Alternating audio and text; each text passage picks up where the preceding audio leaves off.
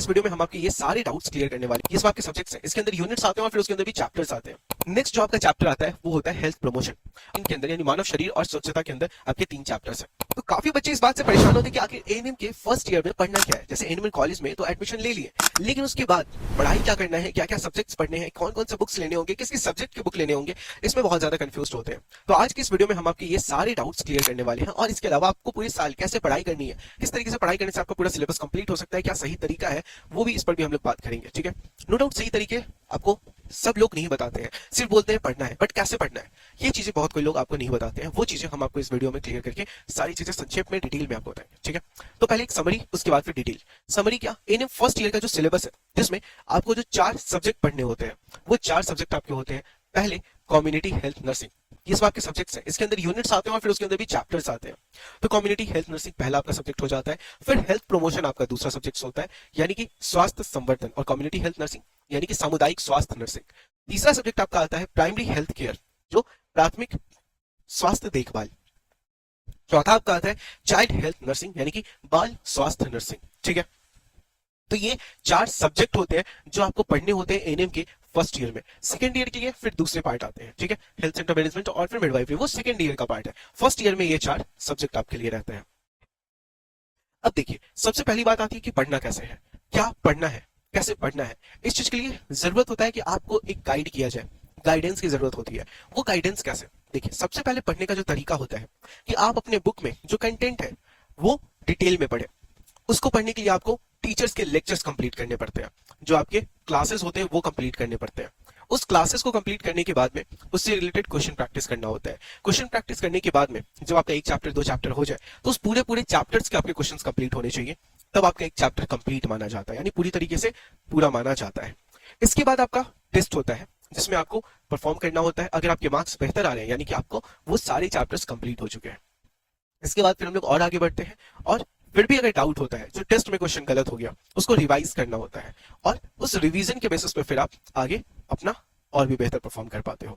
लेकिन अगर फिर भी रिवाइज करते टाइम कोई डाउट आया, टीचर के लेक्चर से समझ नहीं आया, तो क्या, तो फिर डाउट सॉल्व करना होता है। बट सर ये सब करेंगे कैसे, वही हम लेकर के आ रहे हैं आपके लिए आपके सफलता बैच में। सफलता बैच आपके एएनएम फर्स्ट ईयर का, यानी सफलता 1.0 आपके एएनएम फर्स्ट ईयर का बैच है, जिसमें आपको एएनएम फर्स्ट ईयर में हो रहे सारे क्लासेस डिटेल में आपको पढ़ाए जाते हैं। ठीक है, इसमें आपके पहले डेली लाइव क्लासेस चलते हैं, फिर रिकॉर्डेड क्लासेस आपके चलते हैं, यानी कि लाइव क्लासेस रिकॉर्डेड फॉर्मेट में भी अवेलेबल रहते हैं कि अगर आप लाइव क्लास नहीं कर पाए कॉलेज के किसी इशू की वजह से, किसी भी रीजन से, तो आप उसको रिकॉर्डेड फॉर्म में भी देख सकते हो। इसके बाद में आपको उस क्लास के क्लास नोट्स मिलते हैं, और ये 3 चीज आपको हेल्प करता है कंसेप्ट आपका स्ट्रॉन्ग करने में।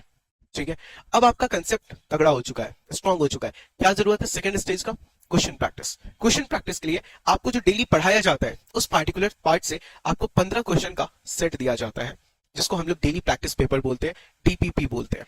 इसके बाद फिर आपको वीकली टेस्ट होता है, बट ये बाद का पार्ट है। इसके बाद आपका डेली क्विज होता है, डेली प्रैक्टिस पेपर के साथ साथ आपका डेली क्विज कराया जाता है, जो डीपीपी के क्वेश्चंस के सेट्स होते हैं। इसके बाद फिर आपको असाइनमेंट्स दिया जाता है और चेक पॉइंट्स आपको प्रोवाइड किया जाता है, जिसमें आपको 30,000 से ऊपर के क्वेश्चंस के सेट्स मिलते हैं। इसके बाद में अगर फिर भी आपको कोई कंफ्यूजन है, आप रिवाइज कर सकते हैं। रिवीजन के बाद आपको मिलता है वीकली टेस्ट।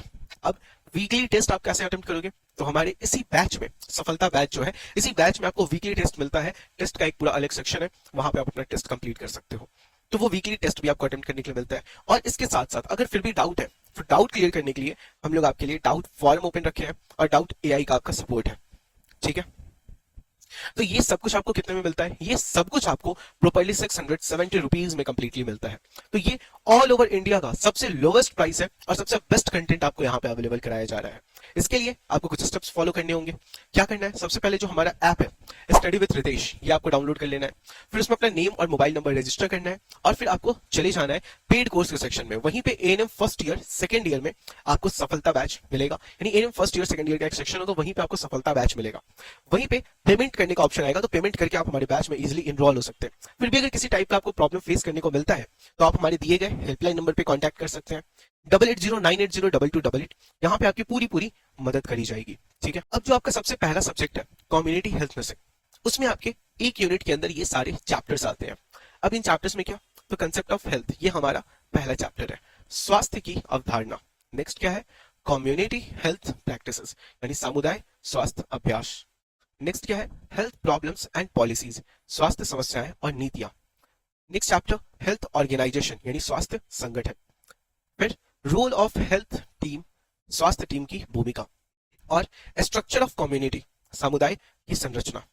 नेक्स्ट क्या है, डायनामिक्स ऑफ कम्युनिटी, समुदाय की गतिशीलता। फिर कम्युनिटी नीड असेसमेंट, समुदाय की आवश्यकता का आकलन। Next communication methods and media, संचार के तरीके और मीडिया। काउंसलिंग, फिर नेक्स्ट फिर कम्युनिटी बेस्ड रिहैबिलिटेशन, समुदाय आधारित। ये सब कुछ आपको कम्युनिटी हेल्थ नर्सिंग के अंदर में पढ़ना होता है और ये सारी चीजें हमारे पेड कोर्स में आपको डिटेल में पढ़ाई जाती हैं। तो अगर आप भी पढ़ना चाहते हैं तो ज्वाइन कर सकते हैं बेफिक्र होकर के, ठीक है। अब देखिए नेक्स्ट जो आपका चैप्टर आता है वो होता है हेल्थ प्रमोशन। अब हेल्थ प्रमोशन के अंदर आपको क्या देखने को मिलेगा, स्वास्थ्य संवर्धन में न्यूट्रिशन पहला यूनिट है आपका यानी कि पोषण, इसमें अलग अलग यूनिट्स होते हैं। और स्वास्थ्य संवर्धन जो हमारा दूसरा सब्जेक्ट है उसके अंदर जो पहला यूनिट है उसके अंदर ये सारे चैप्टर्स आपको मिलते हैं। इसेंशियल न्यूट्रिएंट्स यानी आवश्यक पोषक तत्व, न्यूट्रिशनल प्रॉब्लम्स पोषण संबंधी समस्याएं, न्यूट्रिशनल असेसमेंट पोषण मूल्यांकन, प्रमोशन ऑफ न्यूट्रिशन यानी पोषण को बढ़ावा देना। फिर सेकेंड यूनिट हमारा आता है जिसमें हमें ह्यूमन बॉडी एंड हाइजीन पढ़ना पड़ता है। ह्यूमन बॉडी एंड हाइजीन के अंदर यानी मानव शरीर और स्वच्छता के अंदर आपके 3 चैप्टर्स हैं। पहला आपका ह्यूमन बॉडी जिसमें मानव शरीर पढ़ना होता है। फिर हाइजीन ऑफ द बॉडी यानी शरीर की स्वच्छता, ठीक है। फिर आपका आता है optimal functioning of the body जिसमें आपको शरीर की इष्टतम कार्य प्रणाली पढ़नी होती है। फिर थर्ड यूनिट आता है आपका सी यूनिट जिसमें इन्वायरमेंटल सैनिटेशन यानी पर्यावरणीय स्वच्छता आपको पढ़ना होता है। इसमें आपके 4 चैप्टर्स आते हैं। पहला आपका होता है इन्वायरमेंटल सैनिटेशन पर्यावरणीय स्वच्छता। फिर आपका आता है सेफ वाटर सुरक्षित पानी। फिर आपका आता है डिस्पोजल ऑफ एक्सक्रिएटर एंड वेस्ट मल और कचरे का निपटान। फिर आपका आता है कम्युनिटी पार्टिसिपेशन यानी सामुदायिक भागीदारी। तो इसके बाद फिर आपका डी यानी कि फोर्थ यूनिट आता है जो होता है आपका मेंटल हेल्थ। मेंटल हेल्थ आपका इसका पहला चैप्टर हो जाता है मेंटल हेल्थ यूनिट के अंदर में। दूसरा आपका चैप्टर आ जाता है मेल एडजस्टमेंट यानी असमायोजन। फिर क्या है मेंटल इलनेस यानी कि मानसिक रोग, इसमें सारी बीमारियां आपको पढ़ाई जाती है। फिर चौथा चैप्टर आपका आता है ये ओल्ड एज से रिलेटेड यानी ओल्ड एज केयर से रिलेटेड वृद्धावस्था की देखभाल। ये आपका चौथा यूनिट हो जाता है, सॉरी चौथा चैप्टर हो जाता है। तो इस तरीके से आपका यहाँ पे ये पार्ट सेकंड सब्जेक्ट आपका कंप्लीट होता है। फिर अब आपका आता है थर्ड सब्जेक्ट जो कि है प्राइमरी हेल्थ केयर। और प्राइमरी हेल्थ केयर यानी कि प्राथमिक स्वास्थ्य देखभाल के अंदर आपका इन्फेक्शन एंड इम्यूनिटी यानी कि इम्यूनाइजेशन संक्रमण और प्रतिरक्षण, ये आपका 2 पार्ट आता है यानी कि ये पहला यूनिट है आपका। और इस यूनिट के अंदर आपके चैप्टर्स आते हैं। पहला चैप्टर है कंसेप्ट ऑफ डिजीज यानी रोग की अवधारणा। फिर आपका आता है इन्फेक्शन यानी संक्रमण।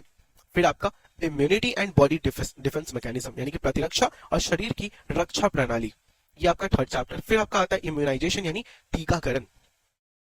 फिर आपको पढ़ना होता है कलेक्शन ऑफ स्पेसिमेन यानी कि नमूना संग्रह।